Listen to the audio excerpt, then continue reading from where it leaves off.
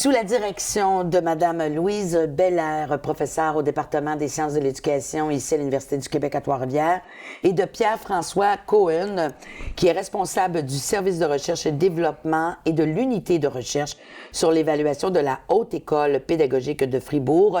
Voici le livre « Évaluation et auto-évaluation.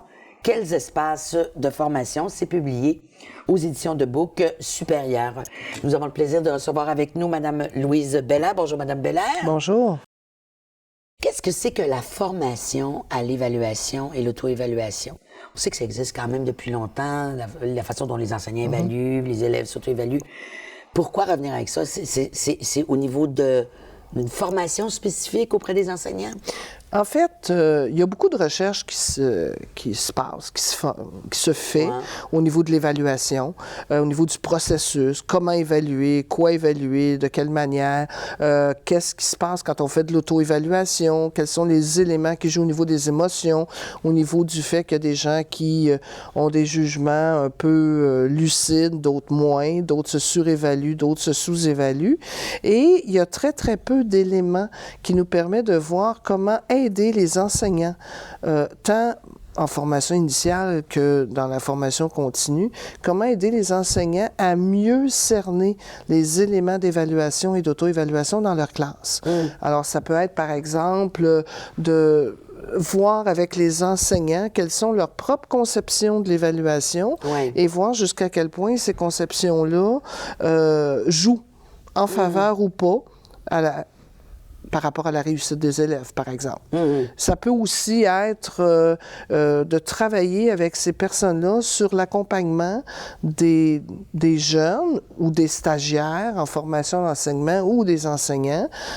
Travailler à l'accompagnement, à l'auto-évaluation, c'est pas évident. Mais l'auto-évaluation, on a l'impression que ça existe depuis les années 70, ça. Hein? C'est vrai, hein, quand même. Mais on a toujours l'impression qu'il y a un malaise dans les classes. Lorsqu'on fait de l'auto-évaluation, autant chez l'apprenant que chez le professeur, qu'est-ce que c'est s'auto-évaluer? Est-ce que je vais trop en dire? Est-ce que je vais être trop généreux envers moi? Ou, à contrario, est-ce que je vais être trop sévère envers moi-même? Comment on en arrive à des balises? Est-ce que vous abordez cet aspect-là? Plus ou moins. Par exemple. On aborde la problématique surtout de l'accompagnement dans l'auto-évaluation. On rentre moins sur ce qu'est l'auto-évaluation, comment la faire, etc. Je vous avoue, je pourrais vous donner une liste de références qui pourrait vous y aider. Mais si je reviens... en accompagnement. En accompagnement, c'est de faire prendre conscience d'abord aux enseignants que l'auto-évaluation, c'est pas de l'autosatisfaction. C'est pas de dire « t'as-tu aimé ça? » Alors, c'est joli, as-tu aimé ça, là? Mais il faut aller plus loin que ça. L'auto-évaluation, c'est de l'évaluation. C'est de l'évaluation, mais par soi-même, pour soi-même et avec soi-même. Donc il faut que la personne qui s'auto-évalue se connaisse, sache où elle va, sache comment s'organiser dans son univers. Et donc, automatiquement, ça provoque des situations où il y a des élèves qui n'ont pas envie de dire ce qu'ils pensent d'eux-mêmes et d'autres qui pensent d'eux-mêmes des choses qu'ils ne devraient pas. Alors, et tout l'accompagnement de ça est quand même difficile. Parce qu'il faut déceler ces choses-là chez les élèves. Mais ça s'adresse initialement, et j'imagine, particulièrement aux enseignants. Donc, aux gens du milieu de l'éducation. Vous avez combien de collaborateurs dans cet ouvrage-là? Il y a 25 personnes qui ont collaboré à cet ouvrage-là. C'est un ouvrage qui est issu du 25e congrès de l'ANME, l'ANME Europe. C'est l'Association pour le développement des méthodologies d'évaluation en éducation. Alors, à l'issue de ce colloque-là, moi et Pierre-François Cohen, lui, il était l'organisateur, moi, j'étais la responsable de scientifique. On a pointé une quinzaine de communications qui, à notre sens, portait vraiment sur le thème et pouvait gagner... Enrichir le propos. Oui, bien sûr, enrichir le propos dans un ouvrage collectif. Et donc, c'est à la suite d'une relance auprès de ces personnes-là. 12 ont accepté et nous avons donc évalué. C'est un ouvrage arbitré. Donc, on a fait évaluer les textes, etc. C'est pour ça que c'est sorti 2 ans après le congrès, là, finalement, tout le processus. Alors, naturellement, il y a des gens de l'autre côté de l'océan et il y a des gens d'ici aussi. aussi qui collaborent Tout à au fait. livre. Outre le fait qu'il y a des gens du Québec, de l'UQTR plus précisément, des gens de l'Ontario, il y a aussi des chercheurs qui viennent de la Suisse, la France, la Belgique, la Bulgarie.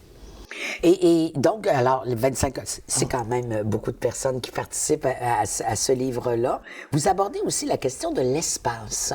Oui. Alors, vous dites, quels sont les espaces, quel espace de formation? Qu'est-ce que vous entendez par espace de formation? La notion d'espace signifie davantage l'idée de jouer par rapport à la personne. Alors, un premier espace, c'est la personne. Oui. La personne qui se regarde, qui accepte de se regarder puis de porter un jugement sur elle-même, qui est l'auto-évaluation. Oui, bien sûr. Il y a l'espace de l'accompagnateur, la personne qui aide l'auto-évalué, finalement, Oui. qui aide l'auto-évalué à s'auto-évaluer, c'est le cas de le dire. Donc, dans tout un processus de métacognition, un processus qui permet de dire, es-tu certain de ce que tu es en train d'avancer? Quelles sont les preuves qui me permettent de voir que tu penses vraiment être quelqu'un de compétent ou de moins compétent dans tel domaine. L'autre espace, c'est aussi les lieux physiques. Alors, les lieux physiques, on est au niveau des recherches, entre autres empiriques, qui est la deuxième partie du volume, les espaces de formation se divisent par lieux. Alors, il y a à l'école, donc l'enseignant avec ses élèves dans sa classe primaire, secondaire. Il y a à l'université, formation initiale. Comment fait-on pour former des futurs enseignants à l'évaluation? Souvent, c'est un cours parmi un cursus de 3 ou 4 ans. Alors, en quoi ce cours permet-il effectivement aux enseignants d'être des bons évaluateurs? Puis l'autre espace de formation, c'est dans des contextes de stage. Donc, en milieu de pratique, où il y a dans ce cas-ci, par exemple, des enseignants associés, ou même dans d'autres milieux de pratique, où on doit accompagner des stagiaires dans le développement de leurs compétences, puis en même temps les aider à réfléchir sur ce qu'ils sont en train de faire. Parce que l'auto-évaluation fait aussi partie de la réflexion sur soi et sur nos pratiques. Et ça ne doit pas être très, très facile toujours, parce que j'imagine que des fois, comme je disais tout à l'heure, le regard qu'on peut poser sur soi, parfois, il peut être assez dur, comme il peut être aussi très, très, très permissif. Alors, c'est d'arriver avec quelque chose d'assez global qui permet d'explorer les différents aspects. C'est très difficile. C'est très difficile. Oui. On va dire que c'est très difficile. Oh, oui. Alors, pour en savoir davantage, on invite les gens à consulter ce livre-là. Ils n'ont pas le choix. Et dès qu'ils n'ont pas le choix, ils vont savoir plus. Merci beaucoup, Mme Bellap. Et je vous souhaite une bonne continuation. Merci. Merci.